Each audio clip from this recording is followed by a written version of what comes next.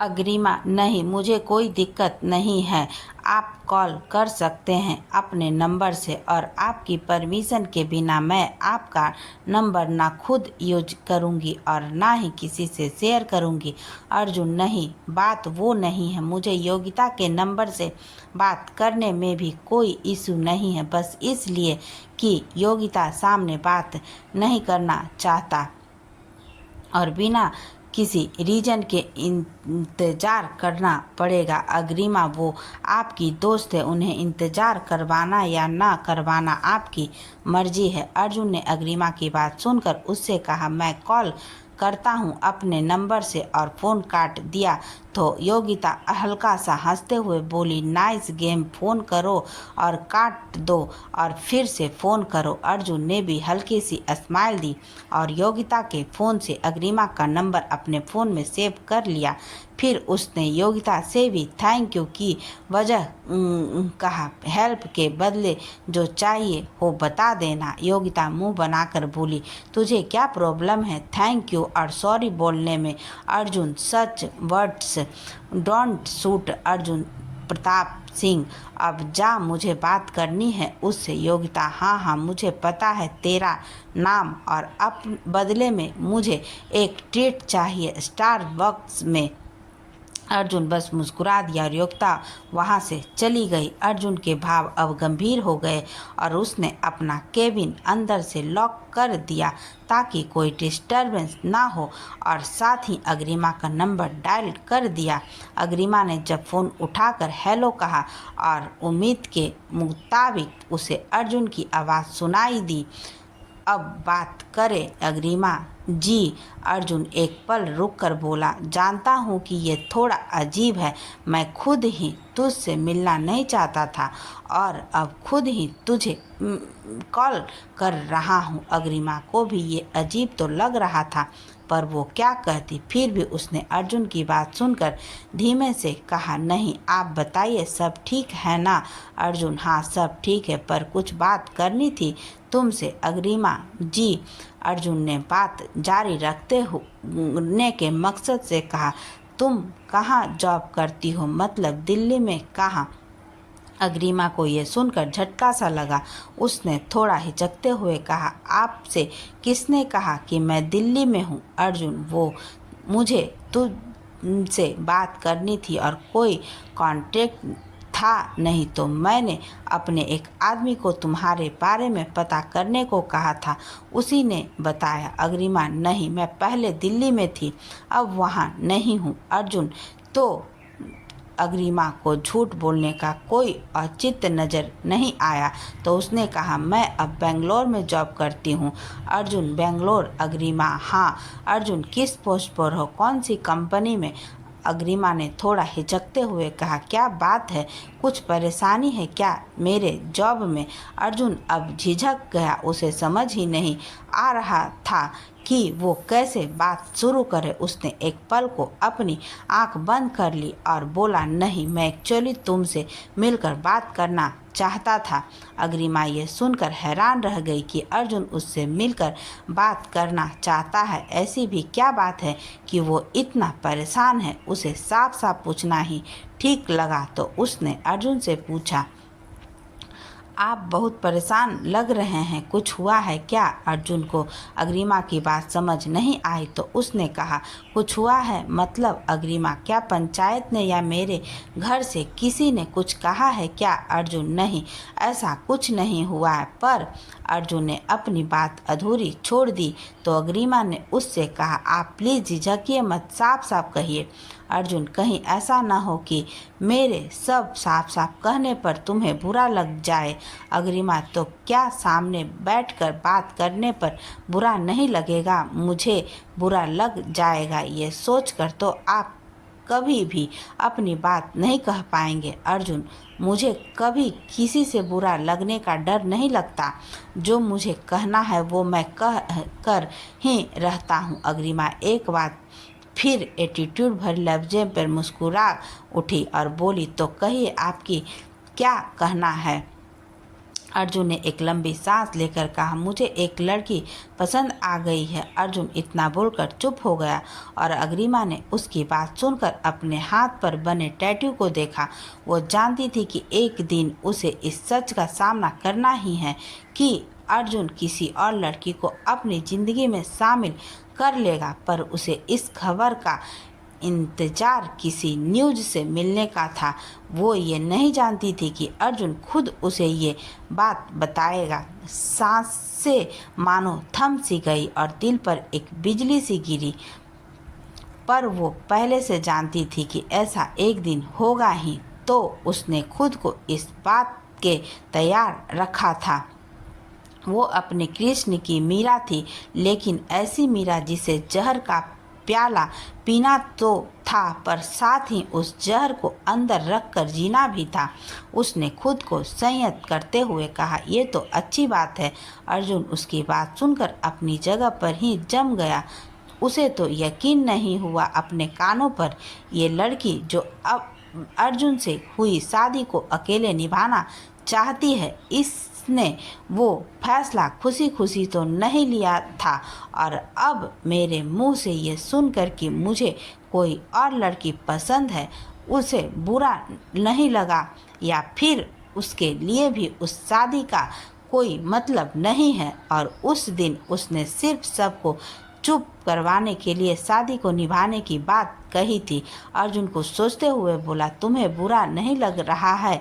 ये सुनकर अग्रिमा अपनी किस्मत पर हंस भी नहीं पाई। उसका पति उससे कह रहा था कि उसे कोई और लड़की पसंद आ गई है और पूछ रहा है कि उसे इस बात का बुरा तो नहीं लग रहा। अग्रिमा ने गहरी सांस लेते हुए कहा, आपके कोई फेवरेट एक्ट्रेस या एक्टर है? अर्जुन को मौजूदा बातचीत के हिसाब से ये सवाल अटपटा सा लगा, पर उसने सिर्फ यही कहा, सबके होते हैं अग्रिमा। या ऑफ कोर्स, आपको उनकी शादी की खबर सुनकर बुरा लगेगा क्या? अर्जुन, इसमें बुरा लगने जैसा क्या है? वो उसकी पर्सनल लाइफ है। अर्जुन, अग्रिमा, तो आपकी भी पर्सनल लाइफ है। आप जो चाहे कीजिए, मेरे लिए भी आप एक पसंदीदा एक्टर जैसे ही हैं। अर्जुन को उसकी हाजिर जवाबी पसंद आई, पर फिर उसने संजीदगी से कहा, उस पंचायत वाले दिन जो फैसला तुमने लिया था, अगर वो तुमने खुद से लिया था तो मैं मानता हूँ कि तुम बहुत समझदार हो, मैच्योर हो। मैं ये भी जानता हूँ कि 21 साल पहले जो कुछ भी हुआ था उसके लिए मैं तुम्हारे चाचा को कभी माफ़ नहीं करूँगा, पर उसमें तुम्हारी और मेरी कोई गलती नहीं थी। फिर भी मैं तुम्हें कभी भी मैं उस लड़की को कभी नहीं शादी को कभी नहीं निभाऊंगा, और मुझे ये भी नहीं पता कि इस शादी को अकेले निभाने से तुम्हारा क्या मतलब था। मैं सच कहूँ तो मैं इस बात को सोचकर गिल्टी फील कर रहा हूँ, आगे नहीं बढ़ पा रहा हूँ अपनी लाइफ में। बार बार यही ख्याल आता है, तुम मेरी वजह से कभी भी। अग्रिमा को अर्जुन की समस्या का कुछ हद तक अंदाजा हो गया था, तो वो उसकी बात बीच में काट कर बोली, आपकी वजह से नहीं, कुछ वादे वचनों और किस्मत की वजह से। आपको अपने मन में कोई गिल्ट रखने की ज़रूरत नहीं है।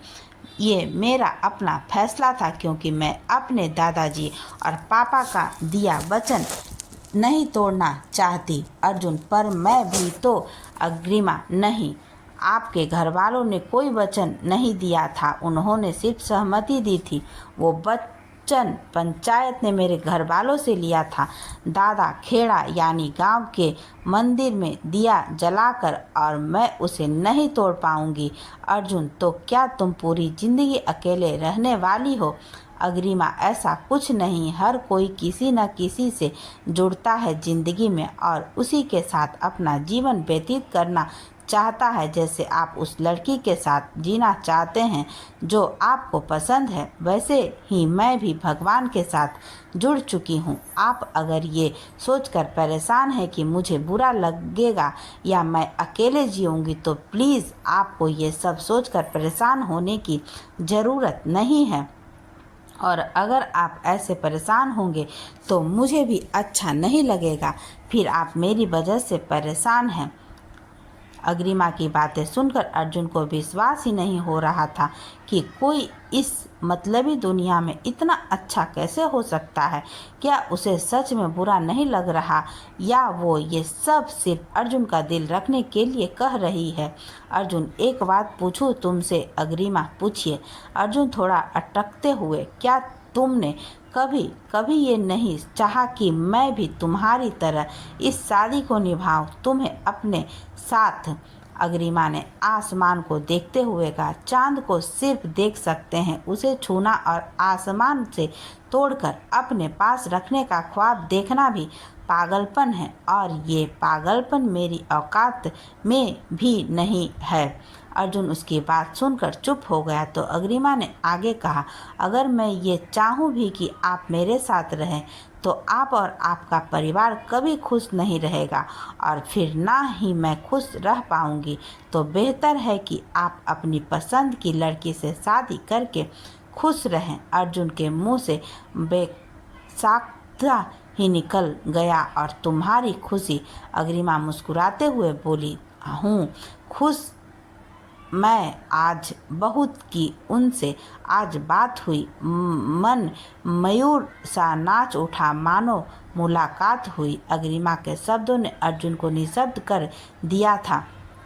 अर्जुन ने अग्रिमा से कुछ पल बाद कहा, तुम कुछ ज़्यादा ही समझदार हो। मुझे हर बार लगता है कि पता नहीं मैं कैसे तुम्हें अपनी बात समझाऊंगा, पर तुम हर बार बिना किसी मेहनत के मेरी बात समझ जाती हो। अग्रिमा को अर्जुन से बात करने में एक अजीब सा एहसास हो रहा था।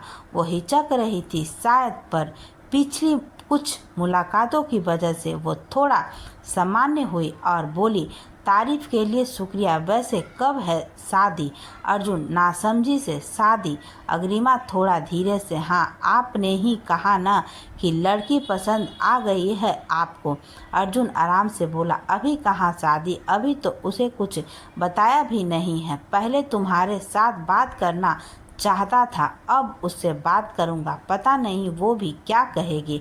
अग्रिमा, आपको ना कहने के लिए उसके पास कोई कारण नहीं होगा। अर्जुन, तुम मेरी समझ से बाहर हो। तुम्हें शायद मुझ पर गुस्सा होना चाहिए कि तुम्हें ऐसे छोड़कर मैं अपनी लाइफ में आगे कैसे बढ़ सकता हूँ। अग्रिमा, सच्चाई से भागने से बेहतर है कि उसे वक्त रहते अपना लिया जाए। मेरे गुस्सा करने से या दुखी होने से क्या आपका फैसला बदल जाएगा? नहीं, आज नहीं तो कल, आपकी मर्जी से या आपके घर वालों की मर्जी से शादी तो आपको करनी ही होगी। अर्जुन, ऐसा लग रहा है जैसे मैं अथर्व से बात कर रहा हूँ। अग्रिमा, मतलब? अर्जुन, अथर्व मेरा भाई है। अग्रिमा, हाँ, वो मैं जानती हूँ। अर्जुन, वो भी ऐसे ही मुझे शांत कर देता है। तुम कुछ उसके जैसी हो। अग्रिमा, तब तो आपको मुझसे बात करने की ज़रूरत ही नहीं पड़नी चाहिए थी। अर्जुन, हाँ, नहीं पड़ती शायद, पर उसे मैंने अब तक कुछ बताया नहीं है, इवन किसी को भी नहीं बताया है। सिर्फ तुम्हें ये पता है कि मुझे कोई लड़की पसंद आई है, वरना अभी तक ये बात किसी को नहीं पता। अर्जुन ने अपनी पसंद का इजहार पहली बार किया भी तो वो अग्रिमा के सामने ही किया। बेशक वो इस बात से अनजान था कि अग्रिमा ही सनशाइन है, और अग्रिमा भी इस बात से अनजान थी कि अर्जुन की पसंद वो खुद ही है। पर फिर भी जाने अनजाने अर्जुन ने सनशाइन को बता ही दिया कि वो उसे पसंद करता है। सच से कोसों अनजान अग्रिमा ने अर्जुन की खुशी की कामना करते हुए कहा, मैं प्रार्थना करूंगी कि आपकी पसंद बहुत जल्दी आपका प्यार और आपका परिवार बन जाए। अग्रिमा ने भी उसकी पसंद पर अपनी खुशी जाहिर कर दी। अर्जुन कुछ सोचकर बोला, एक बात बताओ, क्या हम पहले मिल चुके हैं कभी अनजाने में? पता नहीं क्यों तुमसे बात करते हुए फीलिंग आ रही है कि मैं तुमसे मिल चुका हूँ। अग्रिमा की आंखों के सामने अर्जुन के पिछले कुछ दिनों की मुलाकातें घूम गई, पर वो सहजता से बोली, मैं तो आपसे कई बार मिल चुकी हूँ, आप अपना देखिए, आपके बारे में मैं क्या कह सकती हूँ। अर्जुन मुस्कुराकर टोंट मार रही हो कि मैं तुम्हें पहचानता नहीं हूँ। अग्रिमा भी उसके कुल मुठ पर मुस्कुरा दी और बोली, नहीं, वैसे आपको मुझसे बात नहीं करनी चाहिए, आपकी पसंद को एतराज़ हो सकता है इस बात पर। अर्जुन, मैं किसी के हिसाब से नहीं चलता, अपने दिल की करता हूँ, और रही बात एतराज़ की तो उसके लिए पहले उसे ये सब पता होना चाहिए। अभी तो मैं उसका नाम भी नहीं जानता। अग्रिमा, फिर तो अभी आपको बहुत मेहनत करनी है, उसके पहले उसका नाम पता करना है, फिर बाकी सब, और फिर उसे मनाना भी है। अर्जुन खोए हुए अंदाज में, हाँ, तुमसे बात करके दिल हल्का सा लग रहा है, पर फिर भी मुझे तुम्हारे बारे में सोचकर अच्छा नहीं लग रहा। मैं कुछ कर सकता हूँ तुम्हारे लिए अग्रिमा, मुझे कुछ नहीं चाहिए और मैं ठीक हूँ, आप मेरी टेंशन मत लीजिए। अर्जुन, तुम जानती हो नहीं हो, शायद मुझे हिसाब बराबर करने की बहुत बुरी आदत है। अग्रिमा मन ही मन ये सोच कर मुस्कुरा उठी कि वो ये बात अच्छे से जानती है, पर अगले ही पल वो भगवान से प्रार्थना करने लगी कि अब ये इसी वक्त शुरू ना हो जाए अपना हिसाब बराबर करने के लिए। अर्जुन, अब बोलो यार, तुम्हें क्या चाहिए? अग्रिमा के मन में ख्याल आया, शायद कभी ना कह सकूं मैं तुमको, कहे बिना समझ लो तुम, शायद मेरे ख्याल में तुम एक दिन मिलो मुझे, नहीं कहीं पे गुम, शायद जो तुम ना कहो रहेंगे हम नहीं, जो तुम ना हो रहेंगे हम नहीं, ना चाहिए कुछ तुमसे ज़्यादा तुमसे कम नहीं, जो तुम ना हो तो हम भी हम नहीं, जो तुम ना हो तो हम भी हम नहीं, ना चाहिए कुछ तुमसे ज़्यादा तुमसे कम नहीं। आँखों को ख्वाब देना, खुद ही सवाल करके खुद ही जवाब देना, तेरी तरफ से बिन काम करना, जाना कहीं हो चाहे हर बार ही गुजरना, तेरी तरफ से ये कोशिशें तो होगी कम नहीं, ये कोशिशें तो होगी कम नहीं, ना चाहिए कुछ तुमसे ज़्यादा तुमसे कम नहीं, जो तुम ना हो रहेंगे हम नहीं, जो तुम ना हो तो हम भी हम नहीं, ना चाहिए तुम कुछ तुमसे ज़्यादा तुमसे कम नहीं, जो तुम ना हो, जो तुम ना हो, जो तुम ना हो।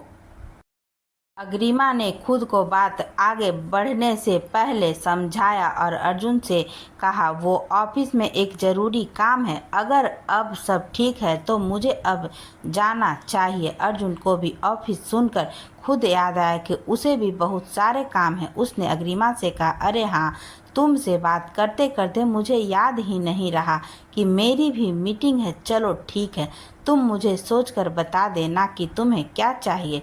अर्जुन को ये बोलते वक्त याद ही नहीं रहा कि अग्रिमा उसे खुद से कभी कॉल नहीं करेगी। उसे खुद को भी इस बात का एहसास नहीं हुआ कि उसने कितने आराम से अग्रिमा से इतनी देर तक बात की। अर्जुन अपने भाव खुलकर सबके सामने नहीं कह पाता, पर अग्रिमा से बात करते वक्त उसके अंदर को हिचक धीरे धीरे कम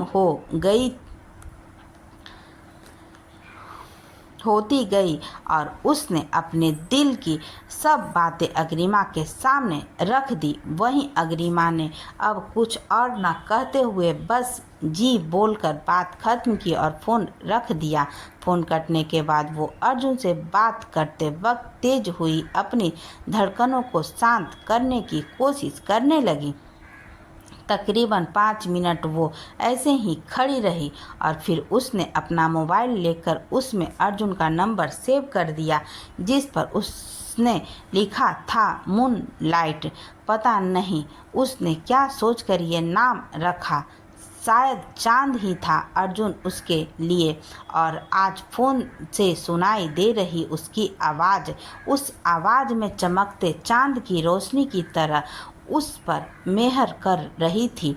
और वो अपने फ़ोन में अर्जुन का नंबर उसके नाम से सेव नहीं करना चाहती थी। अगर प्रेरणा या कबीर ने देख लिया तो उसके पास कोई जवाब नहीं होगा। तभी उसके पास प्रेरणा का फ़ोन आया तो वो वापस ऑफिस चली गई और अपना काम करने लगी। हाँ, उसे बीच बीच में अर्जुन की बातें, उसकी हंसी सुनाई दे रही थी, पर इस वक्त उसका दिल काफ़ी खुशगवार था। जाने कैसे रिश्ता था उसका अर्जुन से। उसे अर्जुन की आवाज़ सुनकर उससे बात करके खुशी हो रही थी।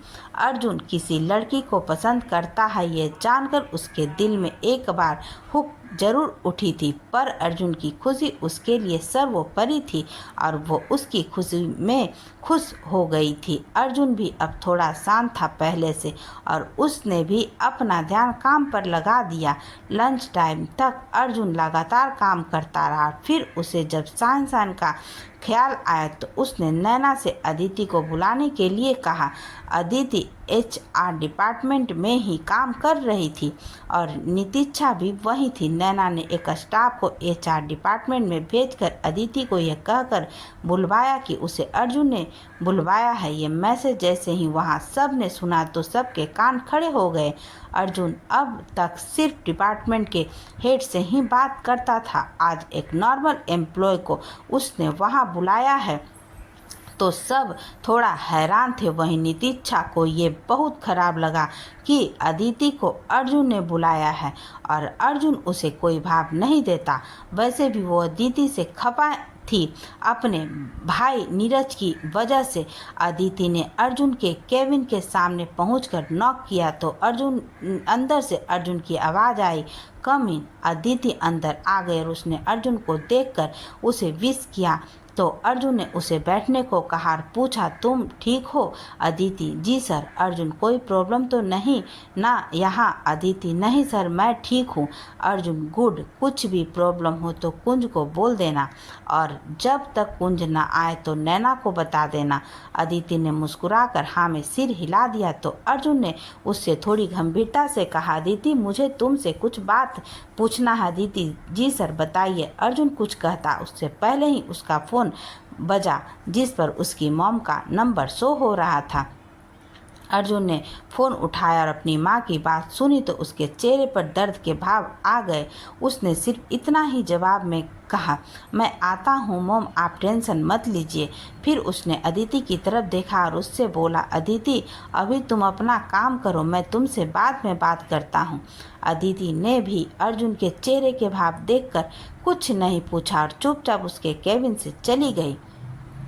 अर्जुन भी तुरंत उठकर अपने डैड के केबिन में गया और उन्हें साथ लेकर तुरंत घर के लिए निकल गया।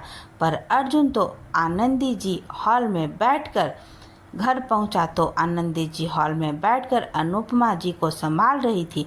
वहीं पास में ही अनन्या और तनिष्क खड़े थे जिनकी आंखें भी नम थी। अनुपमा जी इस वक्त बहुत पैनिक स्टेट में थी और अपने हाव भाव तेजी से इधर उधर मार रही थी।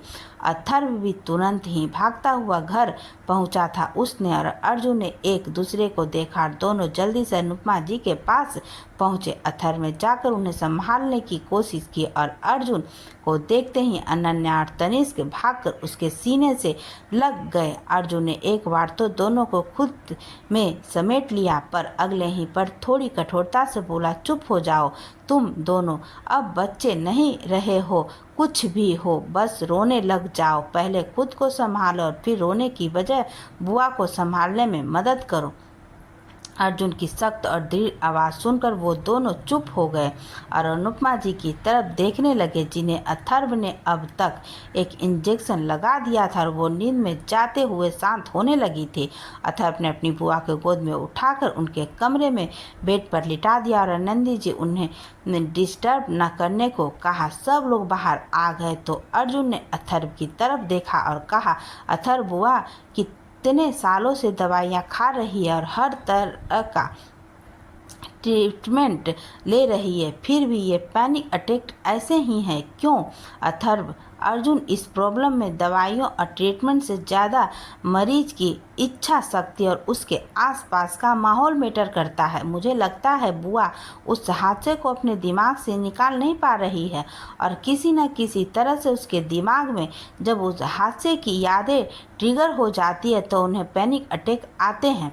अर्जुन, मॉम, आप भी क्या ऐसी कोई बात हुई थी कि बुआ को वो सब याद आ गया हो? आनंदी जी, नहीं अर्जुन, मैं तो खुद ही बहुत सोच समझ कर अनुपमा से बात करती हूँ कि उसे कुछ पुराना याद ना आए।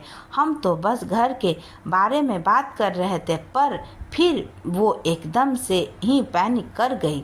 अथर्व, रिलैक्स मॉम, आप टेंशन मत लो, इट्स ओके। तनिष्क आगे आकर, भाई पर मॉम के साथ ये कब तक? अथर्व, क्या हुआ? काउंसलिंग सेशन अटेंड कर रही है आज तक। अनन्या, मैंने पूछा था उनसे तो उन्होंने कहा कि अब ज़रूरत नहीं है, वो ठीक है और उन्हें काउंसलिंग अच्छी नहीं लग रही है। अथर्व, तो तुम लोगों मुझे क्यों नहीं बताया? तनिष्क, पापा ने कहा था वो आपसे बात कर लेंगे। अथर्व, पर मुझसे तो कुछ नहीं कहा फूफा जी ने। अर्जुन, वो है कहाँ?